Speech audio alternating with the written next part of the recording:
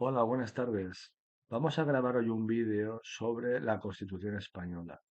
Como siempre, todas las preguntas de este canal de YouTube son preguntas que han salido en exámenes de convocatorias oficiales y lo que tratamos es de que mejoréis ese aspecto. Veremos la respuesta correcta y comentaremos el artículo correspondiente. Tenéis en el apartado de observaciones debajo del vídeo este examen con sus preguntas y con los artículos para que podáis seguir mejor mi explicación. Vamos allá. Pregunta 1. Dice, ¿en cuántos títulos se encuentra estructurada la Constitución española de 1978? Apartado A dice, está estructurada en un título preliminar y 10 títulos. Esta es la verdadera. Debéis de saber que la Constitución española del año 1978 está estructurada en un título preliminar y en 10 títulos seguidos adicionales que están numerados. Apartado B, 5 títulos divididos en 10 subtítulos, falso. Apartado C, no se encuentra estructurada en títulos, falso. Apartado D de Dinamarca, 2 títulos divididos en 10 artículos. ¿Vale? Pregunta muy sencilla, hay que tenerla clara. Constitución española, repito, del año 78, está estructurada en un título preliminar, ¿vale? En un título preliminar y en 10 títulos. Pregunta 2. Dice, de acuerdo con el artículo 63 de la Constitución española de 1978, ¿a quién corresponde declarar la guerra y hacer la paz? Apartado A, al gobierno, previa autorización del rey. Apartado B, al Congreso de los Diputados, previa autorización del rey. Apartado C, al rey, previa autorización de las Cortes Generales. Y apartado D, al rey, previa autorización del Congreso de los Diputados. Luego aquí hay dos ideas básicas. La primera es saber a quién corresponde declarar la guerra y hacer la paz. Según nuestra Constitución, corresponde al rey. ¿Vale? Es decir, no corresponde ni al gobierno ni corresponde al Congreso de los Diputados. Es una función que corresponde al rey. Pero el rey necesita una autorización y esa autorización previa será la de las Cortes Generales. Luego, esta pregunta 2, la respuesta verdadera es la C, donde dice que corresponde declarar la guerra y hacer la paz al rey previa autorización de las Cortes Generales. Eso lo tenéis en el artículo 63 de la Constitución, el cual voy a leer, que dice: el rey acredita a los embajadores y otros representantes diplomáticos. Los representantes extranjeros en España están acreditados ante él. Apartado 2. Al rey corresponde manifestar el consentimiento del Estado para obligarse internacionalmente por medio de tratados, de conformidad con la Constitución y con las leyes. Y el apartado 3, que es el que pregunta en este examen, lo volvemos a leer: al rey corresponde previa autorización de las Cortes Generales, cuidado con esto, no del Congreso de los Diputados, sino previa autorización de las Cortes Generales, declarar la guerra y hacer la paz. Artículo 63 de la Constitución. Pregunta 3. Dice, de acuerdo con el artículo 71 de la Constitución Española de 1978, ¿quién será competente en las causas contra diputados y senadores. ¿Qué tribunal, qué sala va a ser competente para juzgar a esos diputados y a esos senadores? Apartado A, el Tribunal Constitucional. Falso. El Tribunal Constitucional no tiene entre sus funciones llevar a cabo ninguna causa contra diputados ni contra senadores. Tribunal Constitucional que, como sabéis, no forma parte del Poder Judicial y que prácticamente se dedica a estudiar la constitucionalidad de las leyes, del ordenamiento jurídico. Apartado B, la Sala de lo Penal de la Audiencia Nacional. Falso también. Apartado C, la Sala de lo Penal del Tribunal Supremo. Esta es la verdadera. Es decir, las causas contra diputados y senadores será competente la Sala de lo Penal del Tribunal Supremo. Cuidado con esto porque el Tribunal Supremo tiene varias salas, y en este caso es la Sala de lo Penal, no la Sala de lo Civil u otras salas que tiene el Tribunal Supremo. Para de cara al examen, cuidado con que no cambien este concepto.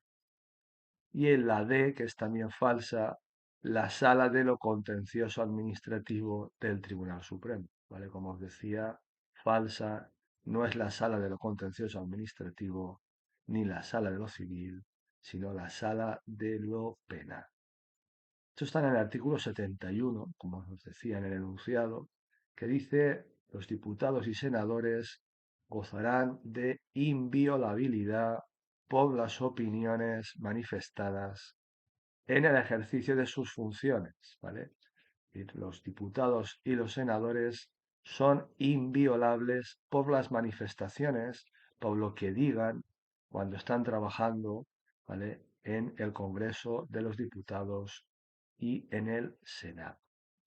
Apartado 2 dice: durante el periodo de su mandato, los diputados y senadores gozarán asimismo de inmunidad y sólo podrán ser detenidos en caso de flagrante delito. No podrán ser inculpados ni procesados sin la previa autorización de la Cámara respectiva, es decir, del Congreso de los Diputados y del Senado. ¿Vale? Los dos conceptos muy importantes que tenéis que dominar: la inviolabilidad, son inviolables, y la inmunidad, y no se les puede detener salvo el caso de un delito muy grave, ¿vale?, muy evidente. Apartado 3, que es la pregunta del examen, dice: en las causas contra diputados y senadores será competente la Sala de lo Penal del Tribunal Supremo, ¿vale? Del Tribunal Supremo. No tiene nada que ver el Tribunal Constitucional. Y el apartado 4 de este artículo 71, los diputados y senadores percibirán una asignación que será fijada por las respectivas cámaras, ¿vale? Pregunta 4. Que según el artículo 124 de la Constitución Española de 1978, ¿quién nombra al fiscal general del Estado? ¿Vale? Pregunta actual en estos momentos con el problema que tenemos con el fiscal general del Estado. ¿Quién nombra a este señor? Artículo 124 de la Constitución Española. Apartado A. El fiscal general del Estado será nombrado por el presidente del Tribunal Constitucional entre los miembros del Consejo General del Poder Judicial. Falso, ¿vale?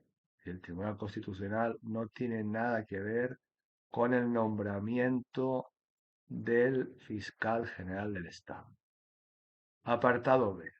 el fiscal general del Estado será nombrado por el Gobierno a propuesta del Consejo General del Poder Judicial. Falso también. El fiscal general del Estado no es nombrado por el Gobierno. Apartado C. El fiscal general del Estado será nombrado por el Consejo General del Poder Judicial a propuesta del Gobierno. Falsa también. Y la verdadera, que es la última, la D, dice, el fiscal general del Estado será nombrado por el rey. Acordaros, el fiscal general del Estado será nombrado por el rey a propuesta del Gobierno, oído el Consejo General del Poder Judicial. Fijaros en el matiz. Así que no lo nombra el gobierno directamente, lo nombra a propuesta, lo nombra el rey a propuesta del gobierno, oído el Consejo General del Poder Judicial. ¿Vale? En este caso, la práctica perjudica bastante al alumno cuando responde al examen, porque todo el mundo en la calle, cuando le preguntan quién nombra al fiscal general del Estado, nombra al gobierno. Bueno, la Constitución no dice eso. La Constitución lo que dice es que el fiscal general del Estado lo nombra el rey a propuesta del gobierno. Esto está en el artículo 124, un artículo muy interesante, como todos los que tiene nuestra Constitución, que en su apartado primero dice el Ministerio Fiscal, sin perjuicio de las funciones encomendadas a otros órganos, tiene por misión promover la acción de la justicia en defensa de la legalidad, de los derechos de los ciudadanos y del interés público tutelado por la ley, ¿vale? De oficio o a petición de los interesados, así como velar por la independencia de los tribunales y procurar ante estos la satisfacción del interés social. Apartado 2. El Ministerio Fiscal ejerce sus funciones por medio de órganos propios, conforme a los principios de unidad de actuación y dependencia jerárquica, y con sujeción, en todo caso, a los de legalidad e imparcialidad. ¿Vale? Muy importante este 124 apartado 2. Hay que saberse que el Ministerio Fiscal actúa de acuerdo, ¿vale?, a los principios de unidad de actuación y dependencia jerárquica. Es un órgano jerárquico y está sujeto al principio de legalidad, o no podía ser de otra manera, y al principio de imparcialidad. El apartado 3 del 124, artículo 124, dice: la ley regulará el estatuto orgánico del Ministerio Fiscal. Y el apartado 4, que es el que nos pregunta en este examen, del fiscal general del Estado, será nombrado por el rey a propuesta del gobierno, oído el Consejo General del Poder Judicial. Vamos con la pregunta 5. Dice, según la Constitución Española de 1978, ¿cuál de las siguientes opciones es verdadera respecto a los estatutos de autonomía? Apartado A. Son la norma institucional superior de cada comunidad autónoma y del Estado. Falso. La primera parte sí que es verdadera, los estatutos de autonomía, por supuesto, que son las normas institucionales superiores de cada comunidad autónoma, pero no del Estado. Apartado B. El Estado lo reconocerá y amparará como parte integrante de su ordenamiento jurídico. Esta es verdadera.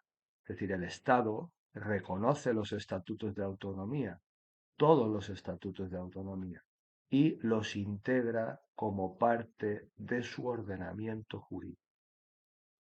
Apartado C dice, el procedimiento de reforma de los estatutos de autonomía se refiere, requerirá en todo caso la celebración de un referéndum y la aprobación por las Cortes Generales mediante ley orgánica. Falso también. Y la D, se aprueban por ley ordinaria. Falso. Debéis de saber que los estatutos de autonomía son leyes orgánicas, no son leyes ordinarias. Pregunta 6. Según lo dispuesto en los artículos 90 y 91 de la Constitución Española de 1978, aprobado un proyecto de ley ordinaria u orgánica por el Congreso de los Diputados, su presidente dará inmediata cuenta del mismo al presidente del Senado, el cual lo someterá a la deliberación de éste. Indique la respuesta correcta. ¿Vale? El escenario es el siguiente. Se aprueba un proyecto de ley ordinaria o orgánica en el Congreso de los Diputados y el presidente del Congreso tiene que dar inmediata cuenta de esa aprobación del proyecto de ley, ya sea ordinaria u orgánica, al presidente del Senado. Y este tiene que hacer algo. ¿Y qué tiene que hacer? Pues tiene que hacer que en el plazo de 2 meses, ¿vale? El Senado dispone 2 meses para vetar o enmendar el proyecto, ¿vale? En ese plazo, ¿vale?, de 2 meses, se va a reducir a 20 días naturales en aquellos proyectos declarados urgentes por el Gobierno o por el Congreso de los Diputados, ¿vale? Esa es la verdadera, que es la C, del plazo de 2 meses de que dispone el Senado para vetar, ¿vale?, para decir que no. Vetar es decir que no. O enmendar, ¿vale? Es decir que está de acuerdo, pero quiere modificar algunas cosas. Ese proyecto de ley ordinaria o ley orgánica que le llega del Congreso de los Diputados, ese plazo de 2 meses, repito, se va a reducir a solamente 20 días naturales. Ya sabéis diferenciar entre días hábiles y días naturales por la Ley 39/2015. 20 días naturales en aquellos proyectos de ley que son declarados urgentes por el Gobierno o por el Congreso de los Diputados, ¿vale? Entonces hay que saberse el artículo 90 y el artículo 91.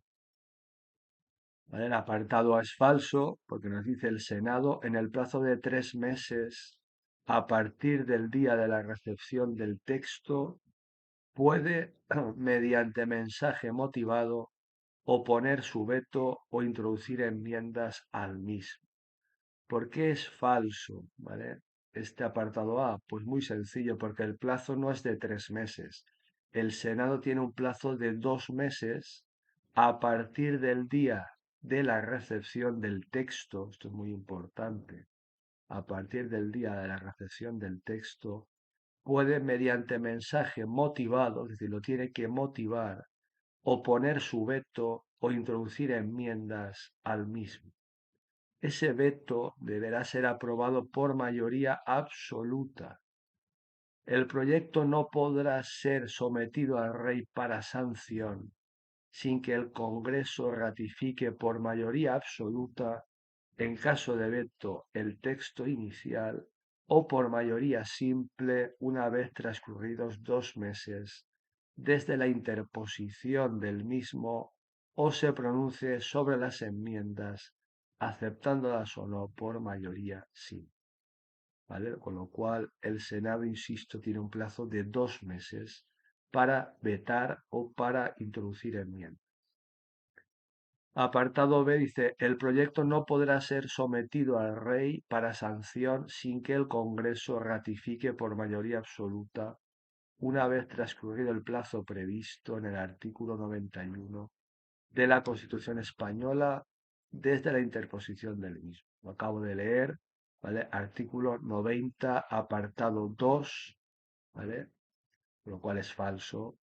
Y el apartado D, que también es falso, dice el rey sancionará.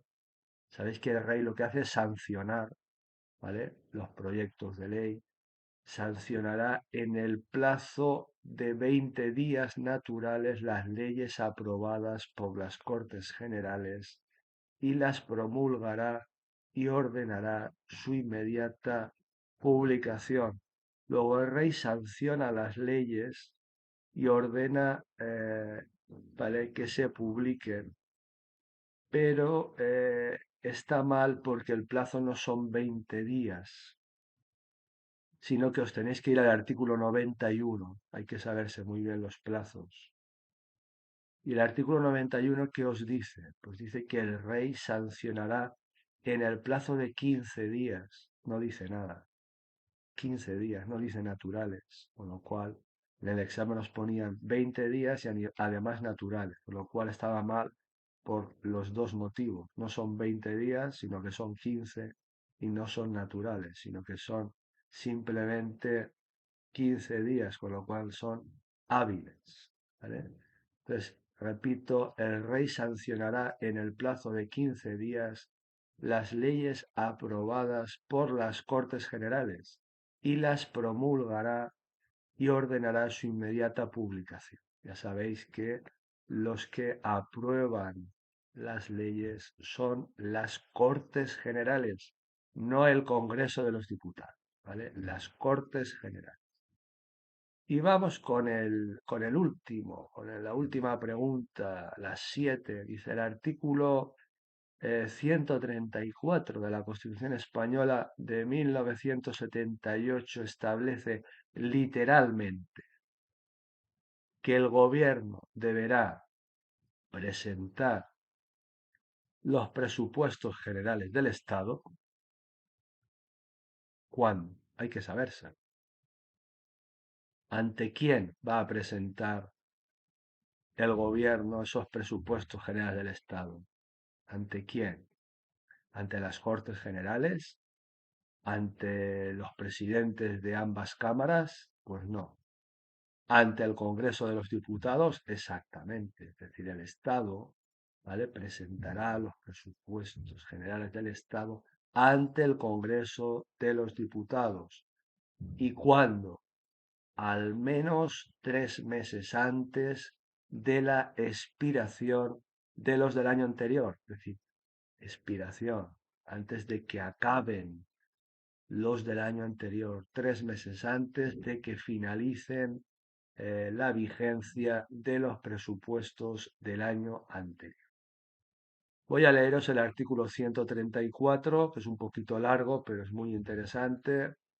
El apartado 1 dice corresponde al gobierno la elaboración de los presupuestos generales del Estado, que los presupuestos generales del Estado los elabora el gobierno, y a las Cortes Generales su enmienda, examen y aprobación. ¿Vale? Su examen, enmienda y aprobación. Esto es muy importante porque lo han preguntado muchas veces, de que el gobierno no aprueba, insisto, el gobierno no aprueba los presupuestos generales del Estado.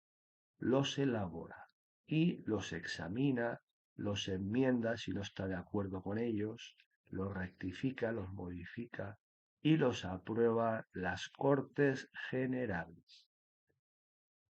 Apartado 2. Dice, los presupuestos generales del Estado tendrán carácter anual, incluirán la totalidad de los gastos e ingresos del sector público estatal y en ellos se consignará el importe de los beneficios fiscales que afecten a los tributos del Estado. ¿Vale? Ya sabéis que presupuestos generales del Estado, carácter anual. Como cualquier presupuesto, tendrá una partida de gastos y una partida de ingresos. Apartado 3. El Gobierno deberá presentar ante el Congreso de los Diputados los presupuestos generales del Estado al menos 3 meses antes de la expiración de los del año anterior, ¿vale? Esto es lo que nos han preguntado en el examen, que el Gobierno presentará ante el Congreso de los Diputados esos presupuestos al menos 3 meses antes de que acaben los presupuestos del año anterior. Apartado 4. ¿Qué pasa si no se aprueban los presupuestos? Que ahora también está de moda. Pues que si la ley de presupuestos, perdón, no se aprueba antes del primer día del ejercicio económico correspondiente, se considerarán automáticamente prorrogados los presupuestos del ejercicio anterior hasta la aprobación de los nuevos. ¿Vale? Esto de la Constitución salva a muchos gobiernos porque, claro, imaginaos que no estén aprobados los presupuestos.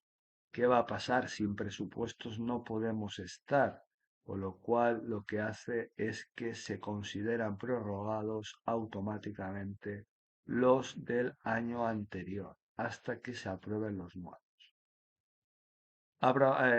5. Aprobados los presupuestos generales del Estado, el Gobierno podrá presentar proyectos de ley que impliquen aumento del gasto público o disminución de los ingresos correspondientes al mismo ejercicio presupuestario. Apartado 6. Toda proposición o enmienda que suponga aumento de los créditos o disminución de los ingresos presupuestarios requerirá la conformidad del Gobierno para su tramitación. Y el último apartado de este artículo 134 de la Constitución española nos dice en el apartado 7, la ley de presupuestos no podrá crear tributos. Esto es muy importante. La ley de presupuestos no tiene permitido crear tributos. Lo que puede es modificarlos cuando una ley tributaria sí que lo permita, sí que lo prevea. ¿Vale? Bueno, pues nada, con esto hemos terminado este vídeo sobre la Constitución Española del año 1978.